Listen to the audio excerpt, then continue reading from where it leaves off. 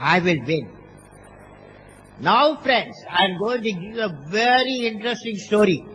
When I was the President of India, I met a group of tribal students from Lead India 2020 movement on 28th August 2006.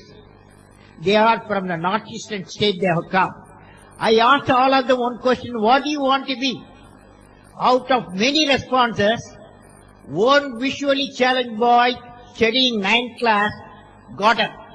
His name is Srikant. He answered me, I am Srikant.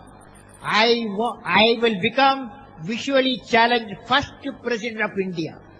He said, a visually challenged first President of India. I was happy to see his vision and ambition. This young boy, small aims, hence I congratulated him to realize the vision and told him work for realization.